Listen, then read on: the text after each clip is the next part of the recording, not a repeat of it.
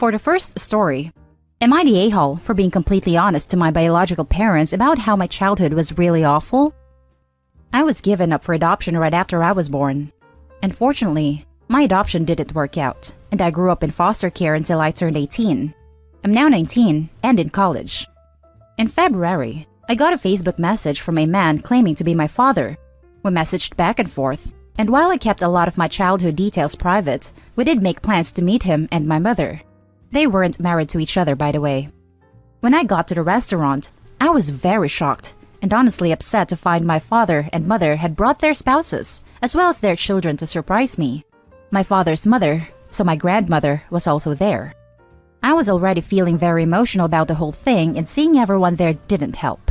So, I sat through an hour of listening to them sharing all about their lives, while I faked smile through everything.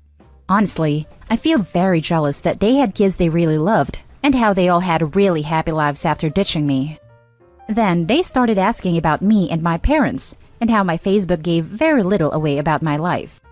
I basically lost it, and started crying like a little bee, lol, and told them how crappy my adoptive parents were, and how crappy foster life was.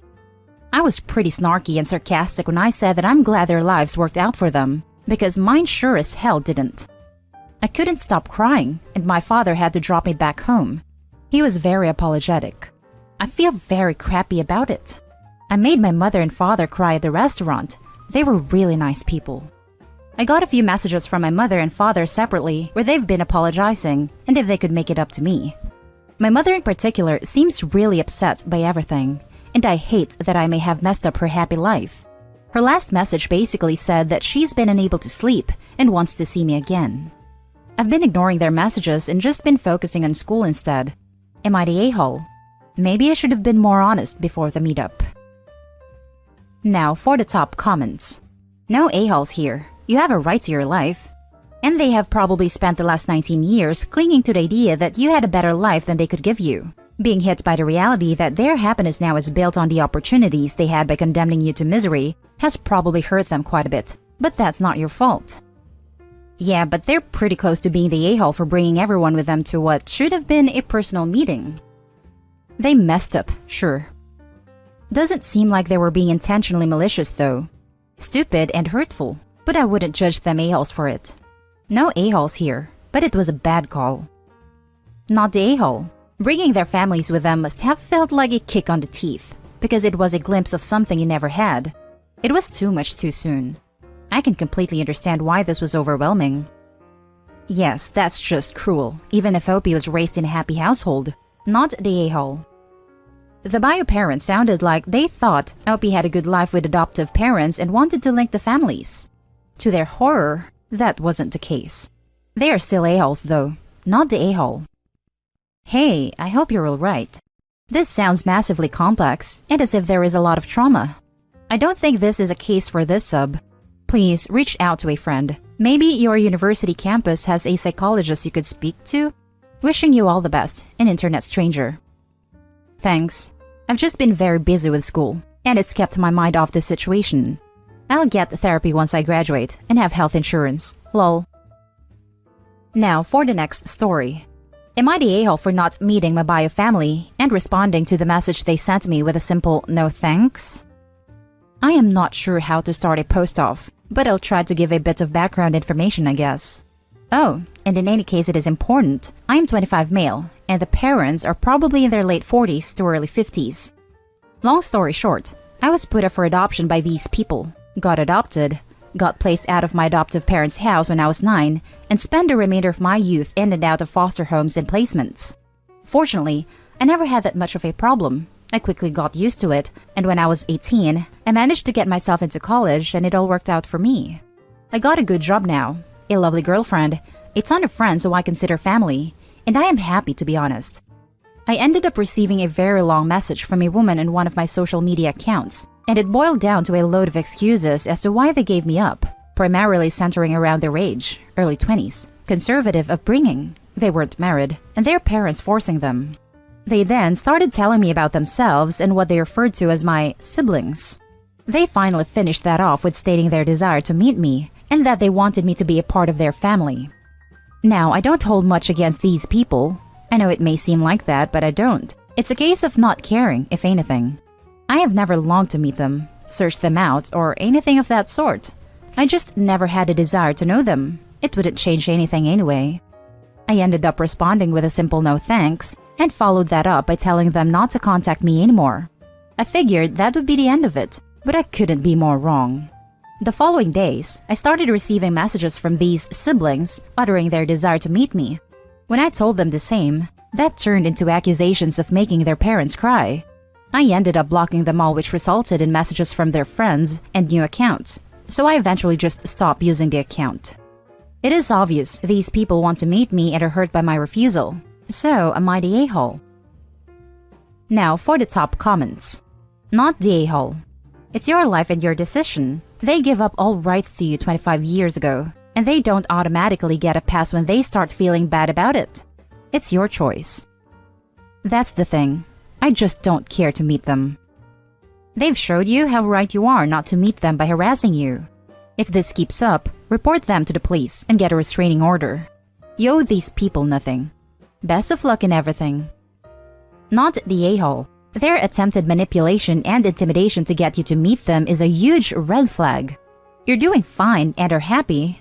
I say no need to involve a bunch of family. Well, to be honest, I wasn't going to meet them, manipulation or not. I just wonder, what do they need for you? I mean, come on, it's not just a pure love for your blue eyes. Seeing how the whole pack is engaged and hyped, a lot of people putting too much effort. My bet is an organ donation or something material. I mean, I do have pretty sexy blue eyes though, so who knows? Now for the next story. Am I the a-hole for laughing in my stepsister's face when she showed up at my place and asking to stay for a while? This happened 3 weeks ago. I, 21 female, was home in my apartment that I share with my 2 closest friends when my stepsister, 19 female, showed up and asked if she could stay with us for a while. I laughed and told her no and closed the door. She ended up going to my dad and her mom's house where she told them everything, and they are pissed. They said it was reckless and cruel to turn her away without seeing that she was okay, and my dad said he was disappointed in me.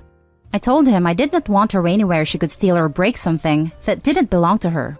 He told me she hasn't done that in years, and I have no right to hold childhood mistakes against her. The last time she broke something that was mine was 2 years ago, when I went to stay for Christmas and she went into my room while I was taking a shower and took my phone, then broke said phone. I pointed this out to him, and he told me I can't stay mad at my sister. I told him I'm not mad at my sister because I don't have one, which he did not take great. Then my stepsister started bugging me with how mean it was that I laughed at her, and how she's changed. I asked if she changed enough to want to apologize for the crap she did, and maybe even pay me back. She said no, and she doesn't need to. I told her then she hasn't really changed. She tried to get me to believe her by her just saying it. All 3 are currently muted by me, so I don't have to take their crap. Am I the a-hole? Adding more details which I didn't make clear enough. She has constantly stolen and broken things that were mine. She was a child when it started, which you could dismiss.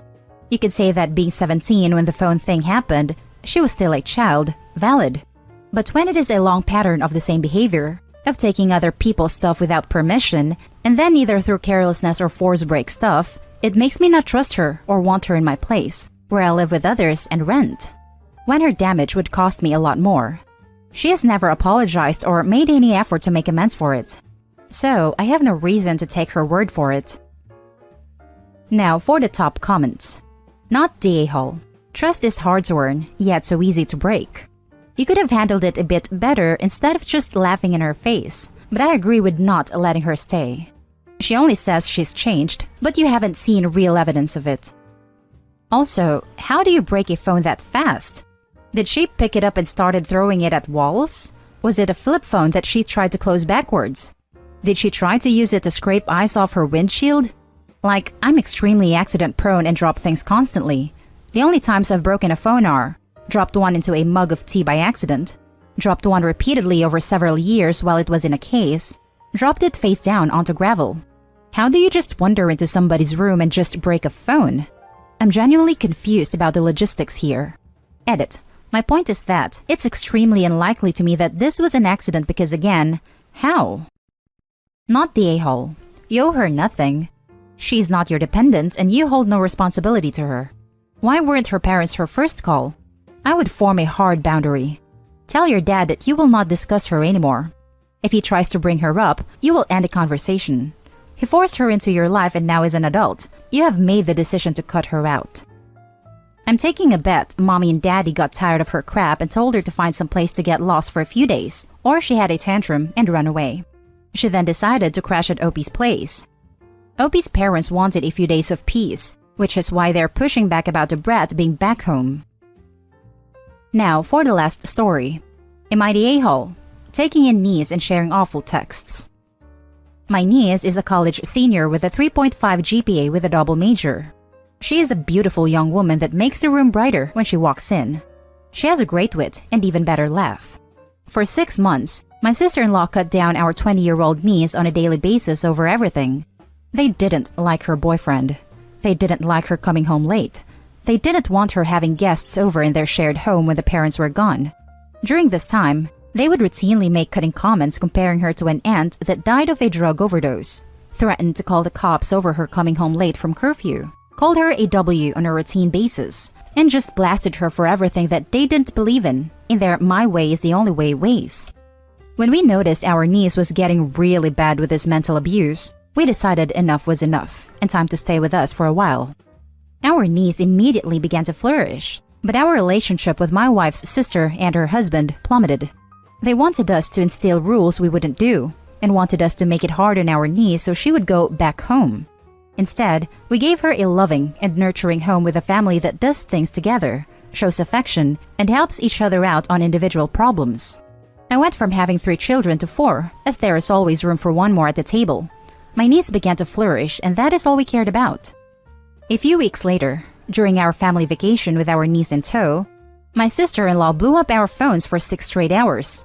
My wife was getting very upset, and out of frustration, I showed a text to my niece which contained absolutely terrible things said about her by her own mother. I felt it was both BS our family vacation was getting wrecked, and I felt she had a right to see what her mother was saying about her. Our relationship continued to deteriorate with my sister-in-law. We continuously encouraged our niece to repair the relationship, and after a few months, while still living with us, our niece began seeing her parents for meals. It was during this time my niece was told that my daughter was an ass by my niece's grandfather and that my niece should get out of my house. Because of this, we cut off our 17-year-old daughter from seeing them until they apologized, which they have refused to do. During this refusal, I admitted, actually proudly, about sharing the text because there is only so much a man can take, and after learning they called my daughter an ass, they needed something in return. Now they are saying I am the a-hole. What do you think? Now for the top comments. Not the a-hole. Your sister-in-law's acts can only be described as utterly abusive and inconsiderate. That being said, I would be careful about sharing your niece the texts because it can make her mental health worse. She may have a right to know what is being said, but it may do more harm, possibly for years, in the long run. Thank you for taking the time to weigh in. This has been a very tough situation for all of us. My niece is thriving now, so I know we did right by her. See, that's where I'm having a hard time deciding if this is not the a-hole or everyone sucks here. I think it's great that you're there for your niece and trying to help her through all this. But why, when you were trying to get her away from the emotional abuse, would you show her those text messages? And don't say because you felt she deserved to see what they were saying about her because that's BS. She had to listen to that while she lived with them. I'm sure she realized that they were being a-holes. I showed the texts to my niece which contained absolutely terrible things said about her by her own mother. We continuously encouraged our niece to repair the relationship. Stop doing that. They're abusive towards her. She doesn't need to know about them. You should go no contact. Not the a-hole. Thank you. And that's the end of this video, folks. As always, leave a comment and hit like and subscribe. And if you want more of this content, turn your notification on to get updated on the latest videos. And I'll catch you in the next one. Stay safe.